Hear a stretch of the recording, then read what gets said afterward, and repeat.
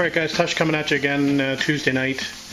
So, as Johnny would say, I'm going to do this one piece at a time. So I'm going to jump right in here and get my hands wet as far as doing some body work. So here's the piece that I'm going to work on tonight. Like I said, I'm going to break it into small little pieces because I only have a little bit of time usually in the garage after work, maybe an hour or two. So I'm going to try to fix certain sections and then move on to the next section. So that's the plan anyway. So here's what my first section looks like. It's the top of the inner fender. Welded in some new cage nuts there. I've welded in some new metal here along this edge. I've put a whole section in here all the way up to the front, up to the green tape, and you can see there this weld's a little depressed actually, so I'll need a little bit of filler there. So the idea I think will be to initially I'm going to start with some 36 grit on an angle grinder. So I'm going to do the 36 grit, and then I've got the DA with the 80 grit loaded up, and then we're going to do a clean, and then we're going to do some Bondo where it's required, and where it isn't required I'm going to do the self-etching primer. So that's the plan. So maybe I'll take some shots through the process. Obviously this is my first time, so if you want to provide some feedback as to things that I might be doing right or might be doing wrong, that would be good. I've done a fair amount of research on the topic and watched a lot of videos, bought a few videos, read a few books, but obviously this is my first time, so anything that you want to throw in there, that would be great, as long as it's constructive. Alright, we'll talk to you later. I'm going to start doing the angle grinder on this thing. Talk to you later.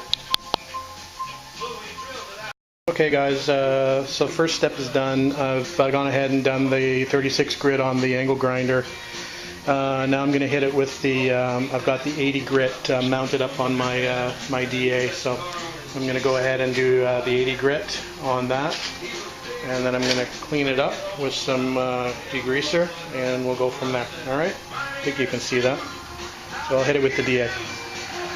Oh, one more thing, I have a little bit of little rust here in this corner, so I've got some rust converter. I'm going to throw that rust converter primer on this stuff over here.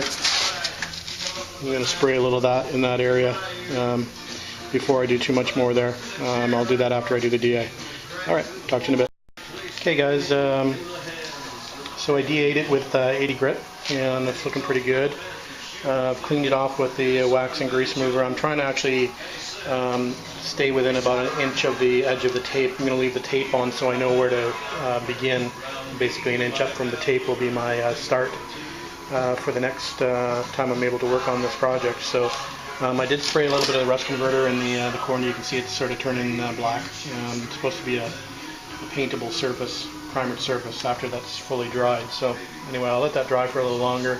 I'm going to mix up some Bondo, and I'm going to do a little skim coat. Alright, so that's where I'm at. And I won't forget to knead the hardener.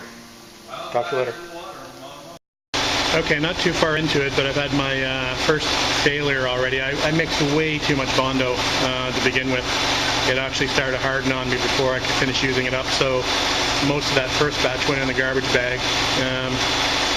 I fiddled around actually. The first thing I proceeded to do, of course, was to fill up these stupid screw holes, so I wanted to dig that out before it dried too much, and in the process of doing that, the rest of the batch dried up. So anyway, yeah, so smaller batch next time.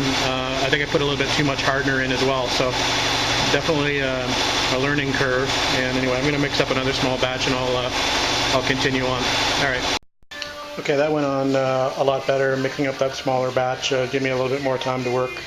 Put a little bit less hardener in it. So there's a pretty good skim coat on there now. It's not too thick. I know it's better to do two coats rather than one. So I'm going to let that set up, and then I may just call it a night for now. I may just do a quick sand on that. I'm going to put some of the primer on the outside of the repair spot, so I can come back to it at a later date. Alright, that's it for now. Okay, I think that's about it for tonight. I'm getting a little tired. We've got to work tomorrow, so I've sort of just gave it a really quick sanding. Obviously I've got some little spot still with fill. It's going okay. It's going to take me a while to figure out how to work with this stuff.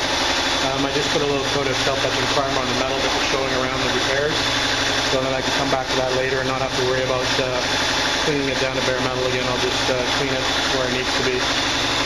Alright, we'll call it a night. I'll talk to you later.